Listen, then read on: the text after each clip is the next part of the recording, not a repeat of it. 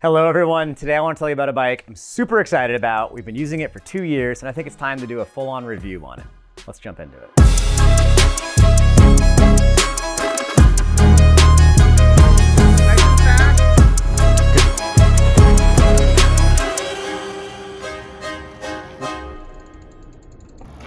Whoa! All right, I hope we have focus here. Before I get into the whole review thing, I want to give a huge thanks to Prevelo for sending me this bike free of charge.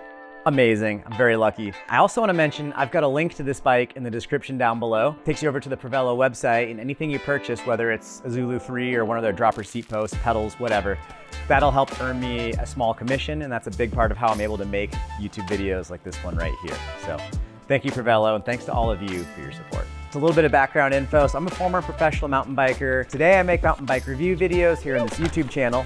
And my daughter's mama is a former professional mountain bike racer as well.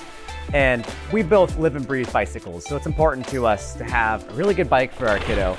We have a lot of great quality family time out on the trails. It's something we are heavily into. So, And all of the mud puddles. we're extra stoked that our daughter can join us.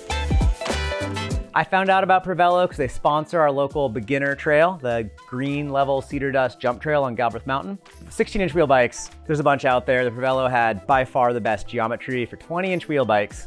I've still looked through most of them.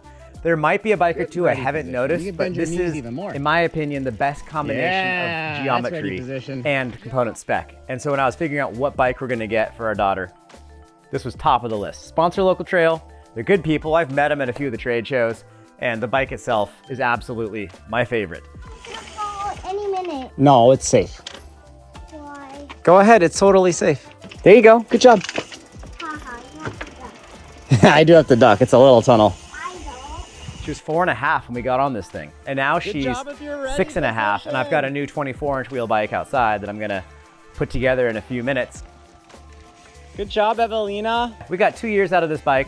If we had purchased this, I'm pretty sure we could sell it for a couple $100 less, and the next family would have a great experience. And that's how it goes with a quality kid's bike. You can sell it, you lose a little if you buy it brand new, but you're gonna have a great experience. So the main reason I'm so stoked on this bike is the super slack head tube angle. In my opinion, that's the #1 thing it decides if a bike of this size with wheels this tiny, if it's gonna handle safely, predictably, and well. Look at that standing up, ready position. Kids are still figuring out their motor controls, and having the slacker angle, not only does that make the bike easier to barge through the rocks and stuff if you aren't quite on the right line, but it responds slower. So if you're not quite putting the bike exactly where it needs to go, you've got more time to straighten it all out. Whoa! A little too much pepper. As wheels get smaller, they get more twitchy because the trail measurement gets smaller. So you end up with a slacker head angle. It helps correct for that. And from what I've seen, this with the 66-degree head tube angle is basically on the bleeding edge for what's the most innovative, slackest, and it's worked fantastic for us. Evelina is not like super gnarly, full of gnarly muscles. She's very strong, slender, lean, but yeah, this head tube angle has helped her get away with a lot of mistakes without crashing, which is a goal for every parent. Look at you go, Evelina. The suspension fork gets a lot of attention. Does it work? Probably. I've seen it squish a little bit when she's been trying to jump jumps and come up a little bit sideways or whatnot, so it's fine. I don't think suspension's a make or break thing for a 20-inch wheel bike, but I don't think it's gonna hurt a lot. It's just a little bit heavier. Nice. Once we got onto this bike, 20-inch wheel size, we were able to start actually enjoying a lot of the blue trails rather than just the green trails. And now Evelina's starting to get into the black trails. Not super gnarly stuff, but here and there a black rated feature she's able to do, so the bigger wheels are right up her alley. Good job, sweetheart. Good riding, Evelina. We have upgraded this bike a little bit, as any true bike nerd would. I'll show you some detail shots over this. Evelina made her own custom top cap, groundkeeper fenders, had a booth set up at the Northwest Tune-Up, and Evelina colored that and loves it. Right here, I've got the Toei toe strap hookup point. Yes, you can make your own for a couple dollars, go into the hardware store, or you can support a company that makes a bunch of cool stuff for kids. So I just bought that. Where is the rest of it? I'll grab it. Speaking of Toei, they should have a logo on here. These guys make a toe strap for kids that's super stretchy, but still strong. It's got an easy carabiner on the end. And then my favorite part of it is this loop that you loop over the nose of your saddle. It's kind of a cool bonus safety feature because if your kid flies past you, This can pull off of your saddle so your kid just doesn't get yeeted right off their bike over the front. I've seen that happen on homebrew toe straps. So this is kind of a cool little emergency fail-safe. And the carabiner they use, it's light enough spring tension that kiddo can hook it in here herself.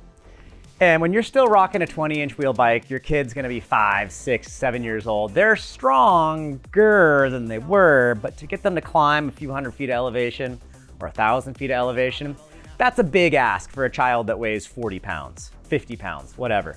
So the toe strap hooked on a mom or dad's pedal bike, great way to make it happen, very attainable. And if you do have an EMTB, an electric mountain bike, with the toe strap, you can go up the hill at a pretty good pace. And Evelina preferred getting towed behind the e-bike because it's easier to balance with a little bit more speed. We rarely went super fast, but she did prefer the EMTB for being towed. Other fun upgrade, dropper seat post. There we go. Prevelo offers a KS dropper specifically for these bikes on their website. It's the right seat post size. I had to use a shim for this PNW Fern dropper. I've got a relationship with PNW Components. They used to sponsor me, so I just asked them for the seat post and they sent it free of charge. I think the KS post that Prevelo sells is probably gonna be similar, possibly better. I never tried it, but it looked great on paper. And then I added Incredibell brass duet. That's super fun. And I also added the RRP Pro Guard rear fender because it provides some pretty good mud coverage up front on the kid's bike. It's about the right size. We're running Chromag radar pedals. With the radar pedals, I don't mind having metal pins, spikes, whatever. We've never really had a bad shinner, knock on wood. It could happen for sure, but when you have decent pins, you're less likely to slip off. I prefer riding with pedals that have safe amounts of traction. I want my kid to have the same amount of safety, so I use Good, ready those pedals, position. we just do it. And we use the 510 kids mountain bike shoes. They're not probably as tacky and grippy as the grown-up shoes, but I love the 510 mountain biker shoes for the adult sizes. I figured get the same quality stuff for kiddo. Parts-wise, I left the inner tubes and the wheels. She's running super low pressure, probably like 12 PSI or something. She weighs, when we got this, probably 42, and now she probably weighs 45, 46 pounds. To run these tires tubeless, you can do it, but it's so low pressure, I think that it's just gonna be losing that air in a couple of days. With the inner tubes, you've got, you know, a few weeks or a month until you gotta throw some more air in there. So tubeless would be cool, but I don't think she really needs it. Tubes are easy, it's fine. The Tektro brakes have been fantastic. I had to swap those on there because we had an early version that came with different brakes, but they sent us these as part of a recall warranty thing. And now the bike comes with these same brakes. Fantastic. You can adjust them in so the kids can reach them. The derailleur has a clutch to keep the chain tight along with narrow wide chainring. So if you turn the clutch off, it flops around, leave the clutch on, which you should always do, and it's way firmer. And so that keeps the chain taut, keeps the bike a lot quieter. Really cool feature. The micro shift drivetrain has been fantastic. Evelina has been able to shift no problem with this shifter for a while. For the dropper remote, I use the big old P&W loam dropper lever. And I think for a kid, a big aftermarket lever like that makes sense because you get more leverage against the cable to make it a little bit easier to pop the post up. Kids' thumbs aren't quite as strong as ours because we get to text all the time and that makes us strong.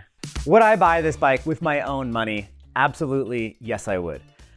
Keep your ear to the ground. Once in a while they will come up used. I guess I could sell this, but I think I'm gonna hold on to it for a bit for when friends come to visit. Solid mountain bike. You can ride it for a couple of years. It'll be the right bike. It'll help make for a really good positive overall experience. I see this thing and I think about the memories of where we've ridden.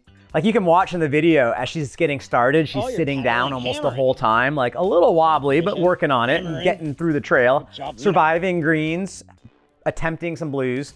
And then you can watch, she starts to figure out level pedals and then ready position standing up. And then I've been working with her more on leaning and carving through corners, getting a little bit lower on the bike when we get to bumps. And yeah, she's actually cleared jumps on this bike, which is pretty cool to see a little 6-year-old girl clearing a jump to backside. That's pretty neat. We've ridden this at the pump track a bunch. The back end is not as short as a true pump track bike, but it's not crazy long either. Some of the kids' bikes out there have very long back ends, which it's kind of nice and stable, but I think it cuts down on the amount of fun you can have when you are trying to jump and stuff. I think this back end length, I think it's 335. It's been right on the money.